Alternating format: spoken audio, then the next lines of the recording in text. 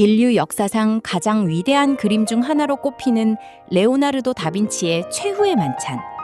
하지만 우리가 밀라노에서 만나는 원작은 안타깝게도 심각하게 훼손되어 그 본래의 광채를 잃었습니다. 그런데 여기 500년 전의 생생한 색채와 디테일을 기적처럼 보존하고 있는 완벽한 거울이 있습니다.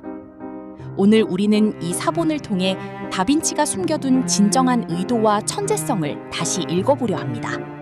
이 거대한 8m 폭의 캔버스는 다빈치의 직계 제자인 잠피에트리노와 조반니 안토니오 볼트라피오가 제작한 것으로 추정됩니다. 스승의 원작이 완성된 직후 가장 가까운 곳에서 지켜본 이들이 기록한 이 작품은 단순한 모사본이 아닙니다.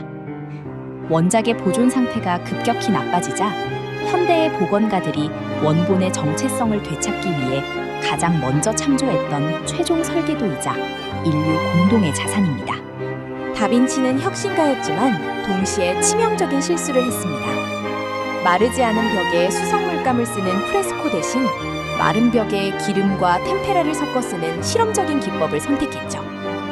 그 결과 그림은 20년도 채 되지 않아 조각나기 시작했습니다.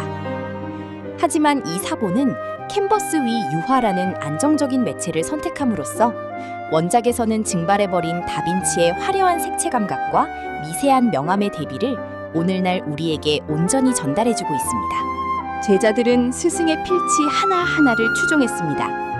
특히 인물의 해부학적 구조와 빛의 흐름을 다루는 방식은 다빈치의 직접적인 지도가 없었다면 불가능했을 수준입니다. 원본이 시간이라는 안개 속에 가려져 모호해질 때 이 그림은 마치 고해상도 렌즈처럼 16세기 르네상스의 정점에 있던 그날 밤의 긴박한 공기를 다시 선명하게 만들어줍니다. 원작에서는 형체조차 알아보기 힘든 중요한 디테일이 여기 있습니다. 바로 배신자 유다의 팔 옆에 엎질러진 소금 그릇이죠. 16세기 유럽에서 소금을 쏟는 것은 관계의 파탄과 불운을 상징하는 지독한 악재였습니다. 다빈치는 이 작은 정물을 통해 유다가 걸어갈 파멸의 길을 시각적 곡선으로 깔아두었습니다. 사본이 없었다면 우리는 이 거장의 치밀한 상징 체계를 영원히 놓쳤을지도 모릅니다. 놀라운 사실이 하나 더 있습니다. 원작에 있는 수도원 식당에 나중에 문을 내면서 예수의 발 부분이 통째로 사라졌다는 것이죠. 하지만 이 사본에는 샌들을 신은 예수의 발이 그대로 남아 있습니다. 이는 단순히 신체의 일부를 보는 것을 넘어 작품 전체의 수직적 안정감과 예수라는 인물이 지닌 중량감을 회복시켜주는 예술사적 복원입니다. 너희 중 한 사람이 나를 배신할 것이다. 이 짧은 한마디가 던져진 직후의 아수라장. 다빈치는 12명의 제자를 통해 공포, 부정, 분노, 슬픔 등 인간이 위기 상황에서 보일 수 있는 모든 심리적 반응을 집대성했습니다. 이는 성서의 한 장면을 넘어 조직의 붕괴 앞에서 인간 본성이 어떻게 드러나는지를 보여주는 일종의 심리학 데이터베이스와 같습니다. 제자들이 좌우로 격하게 흔들리며 파동을 일으키는 동안 정중앙의 예수는 완전한 정적 속에 머물러 있습니다. 그의 상체는 완벽한 등변 삼각형을 이루고 있죠. 르네상스 예술에서 삼각형은 신성함과 영원한 안정을 상징합니다. 주변의 모든 소음과 배신이라는 세속적 고통을 초월한 절대자의 의연함을 다빈치는 기하학적 완벽함으로 구현해냈습니다. 가슴에 손을 얹고 일어선 제자 빌립을 보십시오. 주님, 저는 아니지요? 라고 묻는 그의 눈빛에는 스승에 대한 깊은 애정과 스스로에 대한 결백의 증명이 남겨 있습니다.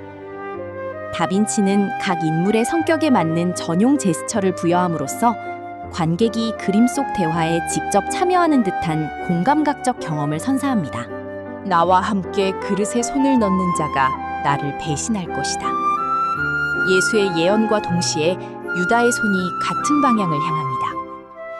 놀랍게도 유다는 자기도 모르게 예수와 같은 그릇을 향해 손을 뻗고 있죠.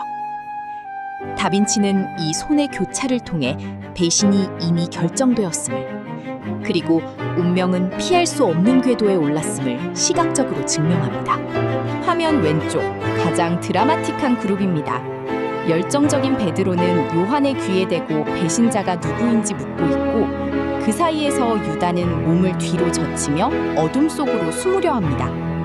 빛의 상징인 요한과 어둠의 상징인 유다가 베드로라는 행동가에 의해 한 프레임에 묶인 이 구도는 선과 악이 공존하는 인간 세상의 추격판이라 할 수 있습니다. 유다의 오른손을 주목하십시오. 그는 예수의 신원을 넘겨주는 대가로 받은 은전 30잎이 든 돈주머니를 필사적으로 움켜쥐고 있습니다. 이는 단순한 탐욕의 증거가 아닙니다. 자신이 선택한 배신의 대가가 얼마나 무거운지, 그리고 그 돈이 결코 자신을 구원할 수 없음을 역설적으로 보여주는 슬픈 정물입니다. 베드로의 손에는 칼이 들려 있습니다.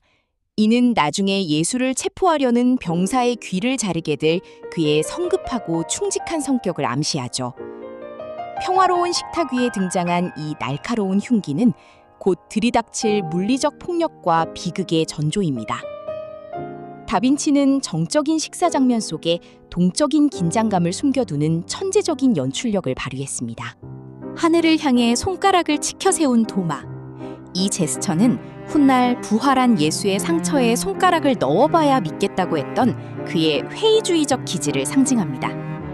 다빈치는 이처럼 각 인물의 미래를 현재의 제스처에 녹여냄으로써 평면적인 그림에 시간의 흐름을 부여하는 4차원적 스토리텔링을 완성했습니다. 비록 다빈치가 직접 그린 원작은 부서지고 흐려졌지만 제자들이 남긴 이 고결한 사본 덕분에 우리는 거장의 진심에 닿을 수 있었습니다. 지금 이 순간에도 영국 왕립미술원에 걸려있는 이 그림은 우리에게 말합니다. 진실은 형태가 변할지언정 누군가의 헌신적인 기록을 통해 반드시 보존된다는 것을요. 오늘 우리가 본 것은 단순한 그림이 아니라 인류가 지켜낸 가장 아름다운 기억입니다.